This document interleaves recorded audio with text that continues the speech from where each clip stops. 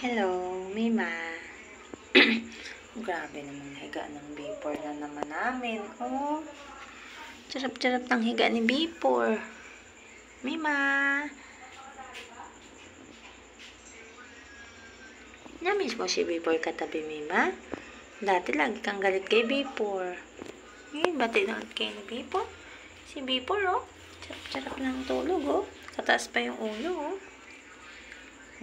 Nimudan siya ni Mima niya, si Bipor, oh. Yung mga bebeng kuting, tulog na din, oh.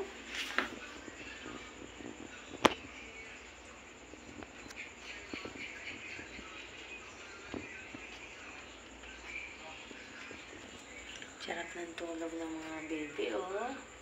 Pati si baby Bipor ko, malaki na, oh. Tuloy alam ni Mima kung paano siya higa kasi si Bipor nakahiga.